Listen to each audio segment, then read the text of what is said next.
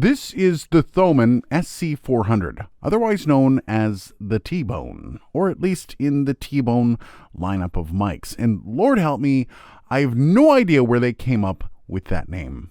SC400. What is that? It's nothing. It's got no snap, no zip. I need a nickname that makes people light up. I was thinking T-Bone. And while I muddle through all of this, you'll have to excuse my ignorance, as these mics are not readily available here in North America, at least not what I can see, though you can order them off the interwebs rather easily, and it's going to set you back around $60 to get your hands on one, plus shipping, that is. Now, there must be a supplier for these mic bodies, because I think this is the exact same body as the Texone Audio Products Stellar series. The mic body itself is tiny, yet the build is quite good. Not much give on the grill, and all in all, it's solid. The shock mount is, again, like the Stellar X2, a simple and generic clamp style. I mean, if it works, though no extra points for style. You have to remember this thing is really cheap, so it does kind of make sense. There is an internal roll-off switch, giving you 100 Hz roll-off at 6 dB per octave. And really, that's it to say. As for the specs, this is a supercardioid condenser microphone.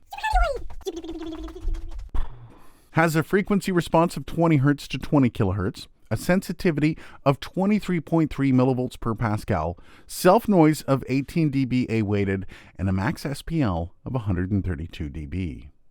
Now let's take a look at the off-axis rejection of the T-Bone SC400. This is me speaking about 4 inches off the front of the capsule. Now I'm speaking about 4 inches off the side of the capsule. And now I'm speaking directly into the rear of the capsule from about 4 inches away.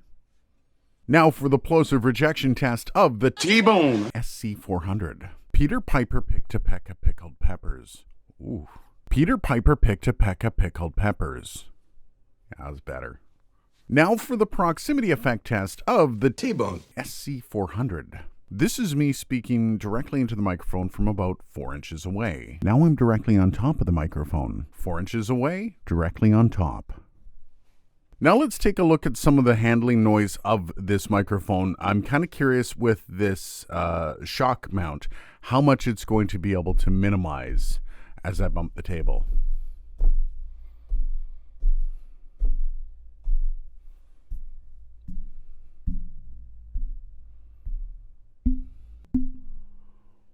This is the low-cut filter test that's internal on this microphone, so I'm going to have to take things apart in between. Anyways, this is me speaking into the microphone without the low-cut engaged. Now I'm speaking into the microphone with the low-cut filter engaged, and you got to remember, this is at 100 Hz and it's 6 dB per octave. It's not the most aggressive curve, but it is a curve, and at 100 Hz, if you're using this for vocals, it will definitely start to cut into a bit of your chestiness and your low end when you have this on. But what do you think as I go in between them?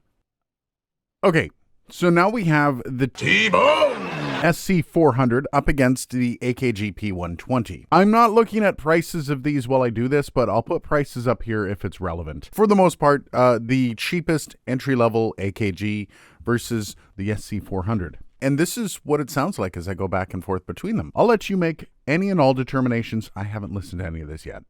Now we have the T-Bone SC400 up against the Blue Spark, which is actually the first Blue microphone that I really like. And this is what it sounds like. Both very affordable microphones. Again, not really looking at the prices. I'll put them up here. Let me know what you think as I go between T-Bone SC400 and the Blue Spark. Which one do you like? Okay, and finally, we have the T-Bone SC400 up against the Neat Mic's King B2. And these ones aren't in the same price category. However, I haven't taken the Neat King B2 out for a while, and I figured might as well let it have a stretch.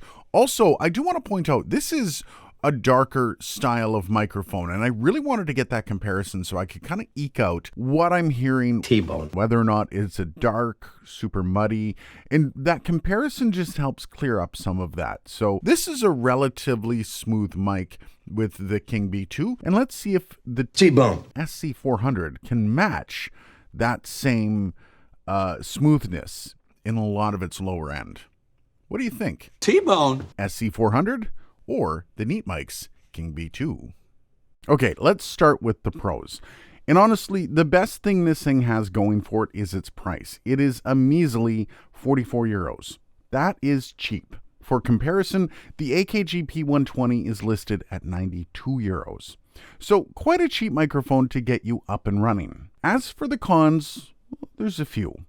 It is the most plosive microphone I've ever used. In fact, while I had to go through and fix most of the pops throughout this video just because it would have been horrible to listen to, I was actually surprised when I found this pop. Now for the proximity effect test of the T-Bone SC400. Yeah, that was an S sound that I popped. And that was from a respectable distance from this microphone, which is really concerning. And yes, I am a plosive guy, as I find it hard to maintain perfect mic etiquette when I'm on camera. But damn. Also, I found this mic rather muddy and, for a lack of a better term, kind of boring throughout the frequencies. As you can hear in the comparisons, each microphone had something jump out at you from the P120 all the way up to the King B2. This thing, however, sounded rather flat. And I do know some like a flatter mic that you can EQ and post to let it shine. And if that's for you, here you go. But the lack of character I found to be a minus rather than a positive. And finally, on the build, I have to mention the shock mount. When I directly tapped on the shock mount, you could hear a bit of resonance, and that is a bit of an issue. But also, this is a perfect lead into for the should you buy it segment. Several years back, there was a push for smaller companies to design and create more of a boutique microphone. Think the TechZone audio product Stellar X2 I had. It was a boutique mic, and it did quite well for itself as it was tuned rather nicely. Even though it had the exact same build to this mic in the outer shell at least, it had a nice rich low end and came out quite silky. This mic, though, feels kind of thrown together in comparison in a way to capitalize on a much cheaper market. And honestly, if you're broke and you need a mic and for cheap, sure. I mean, it is a future upgrade for sure, but it also can be tough to get decent condenser mics this cheap in Europe.